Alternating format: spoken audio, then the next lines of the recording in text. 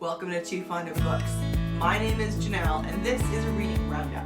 In my reading roundup videos, I tell you about the books that I've been reading recently, and I'm going to start with a couple of e-arcs that I received.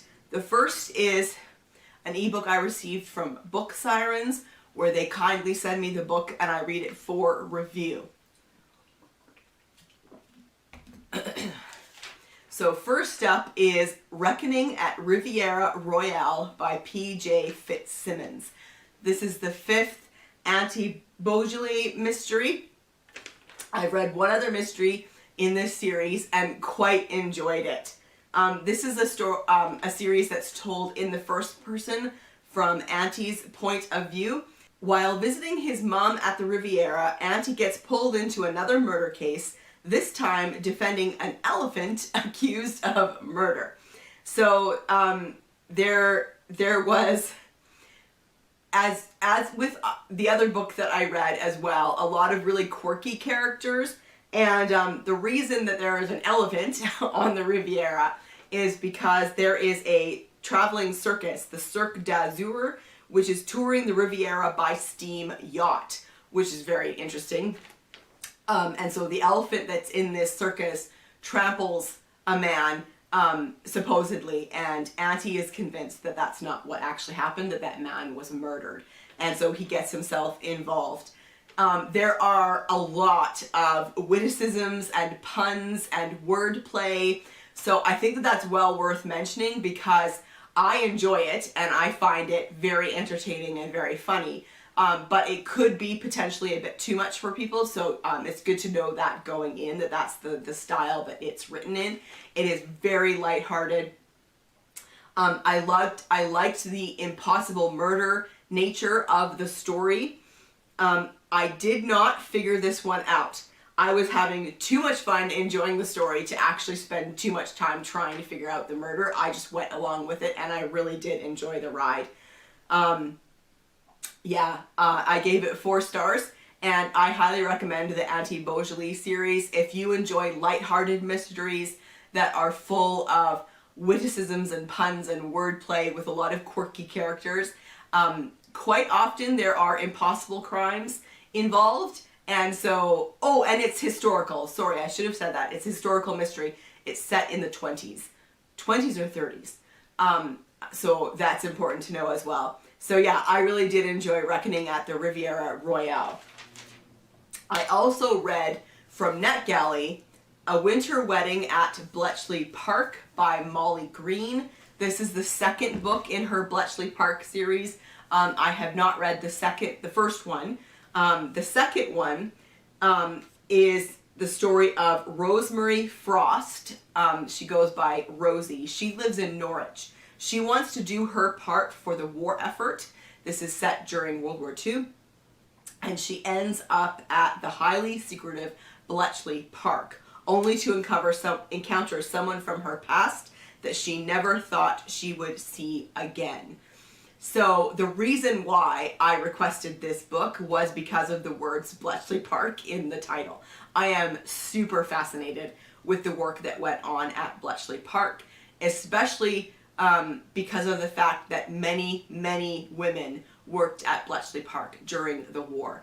And this was where they were breaking codes and ciphers, and where they very famously broke the code for the Enigma machine. And so they were doing hugely, hugely important work, but it was also hugely, hugely secretive. And so the women who worked at Bletchley Park did not talk about the work that they did. And for many of them, they did not, even after the war, for their whole lives, they did not talk about it.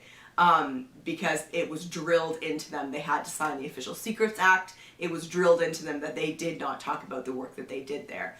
And so I find that hugely, hugely interesting. And so that was the main reason why I got this book. So I was pretty disappointed that we did not get to Bletchley Park until page 103. And so I should have known by that point that this was more a story about Rosie than a story about Bletchley Park.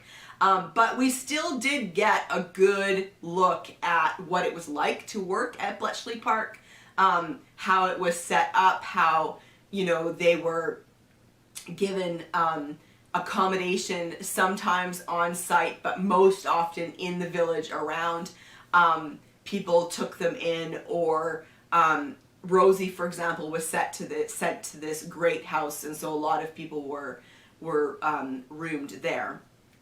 And just what it was like to work at Bletchley Park, I found that part really interesting, and I wished that there was more of it. Because in the end, this book turned out to be more of a romance than a historical fiction, and I would have preferred more historical fiction, but that's just me and my own preferences. I did still really enjoy this story. I gave it 4 stars. I think it would have been 5 stars if it was more historical fiction than romance, and if we got a little more of Bletchley Park than kind of the personal story of Rosie. But I did still really enjoy this one. I especially enjoyed the dedication at the beginning. It was dedicated to those, especially women, who served without understanding their contribution at Bletchley Park. And that's something that the author did actually a good job of highlighting, that so many of these women served there but didn't understand how much they contributed at the time to the war effort, because they just knew what was going on in their little section and they didn't know how it connected to everything else. So I did really enjoy that part as well. Okay, I read Christmas is a Murder by C.S. Challinor. This was the book that I put up as when we voted for the group read for Cloak and Dagger Christmas. It didn't win, which is totally fine with me, but I wanted to read it anyway. And the main character is a lawyer, Rex Graves. He's Scottish, but he goes down to the south of England to stay at a secluded hotel where the owner is someone that his mother knew. And he goes there for Christmas, and one of the guests at the hotel is murdered, and they are cut off because of a blizzard, and the phones aren't working, and so he has to do a little sleuthing himself. And it was good. It was fine. Like, it was one of those like quick Christmas mysteries that you know, are great at the time, but you know, it just wasn't anything fabulous. I did enjoy that it was an isolated because of a blizzard mystery. I do really enjoy those kind of mysteries, and so I did enjoy it when I read it. The one thing I do have to say though is that it spoils Murder on the Orient Express by Agatha Christie for no real good reason.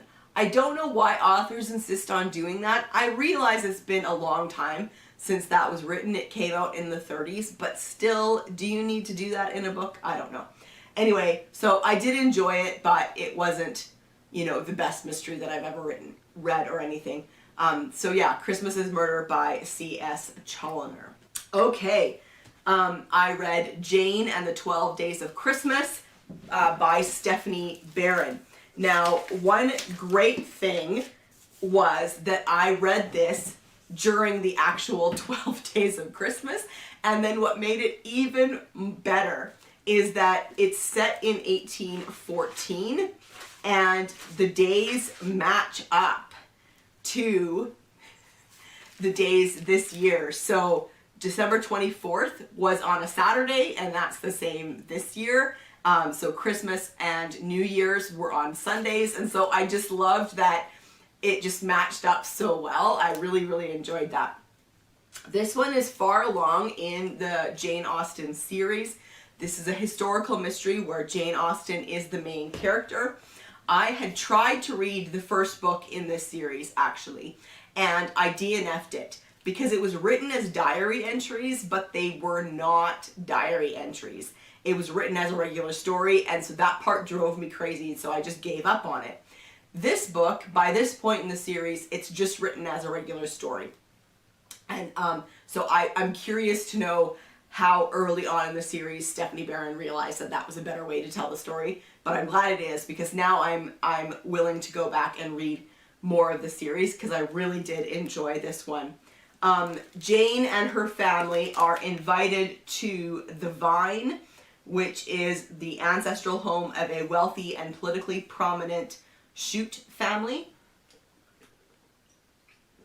And of course there is a murder, and Jane Austen investigates, and I really did enjoy this one. I had a lot of fun with this one. Her sister-in-law, Mary, in the book is obviously supposed to be the inspiration for Anne's sister, Mary, in Persuasion. And so it was very entertaining to read it knowing that. There was so much of how she behaved, and I just thought, oh, this is where she got the inspiration for Mary in Persuasion. So that was very entertaining. One interesting thing is there are footnotes throughout, editor's notes about things that are maybe unfamiliar to the modern reader, or particulars about the Austen family. So I found that really interesting. There weren't too many of them, and they didn't really pull me out of the mystery, so I thought that was good.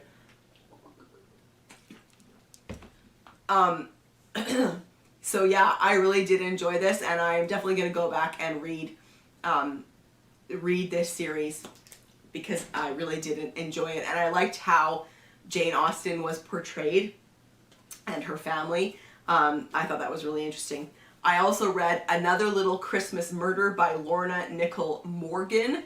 This is a Golden Age mystery. It was originally written in 1947, and it's one of those everybody is stuck in a house in the middle of nowhere because of a blizzard kind of story. And it was very entertaining. Dilys Hughes is a traveling salesman, and she gets her car is stuck in the snow. She's up in Yorkshire, and this guy comes and rescues her and takes her to a house. It turns out to be his uncle's house. He was going there for a visit. There are a number of other people there, very mysterious things going on. There's a murder, and of course they don't have phones. They can't get out because of the snowstorm, and it was good. I did enjoy it. It went in a slightly different direction than I was expecting. There was parts of it that I figured out and was expecting, but then it went kind of in a different direction at the end, but I did enjoy it. So if you like a good isolated mystery, isolated because of a blizzard, you might want to give this one a shot. And then I read The Unkept Woman by Allison Montclair. I have had to take this one back to the library, so I'm going to put a picture of it here. This is the newest in the Sparks and Bainbridge series. So this is historical mystery set in London in 1946. So it's immediately after the war, which is such a great time period. And Sparks and Bainbridge run a marriage bureau. And so one of them is single and one of them is a widow. And I don't want to say too much because this is a series that you really do need to read in order. But one thing that I really enjoyed about this one is that you got so much more of the story of Iris Sparks and what she did during the war. And I did really enjoy this one. This is a great series. With very interesting characters, a very interesting time period, and very well written, interesting mysteries. So I recommend you check it out if you enjoy historical mysteries set around World War II. And then I'm continuing in the Crown Colony series by Ovidia Yu, and I read the Mimosa Tree mystery, and I loved this one.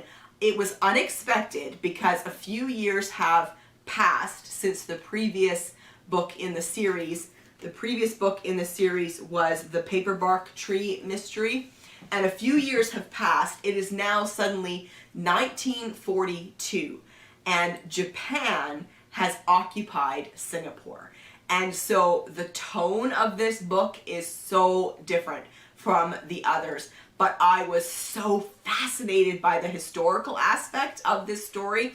I had never read anything about Singapore when it was occupied by Japan in World War II.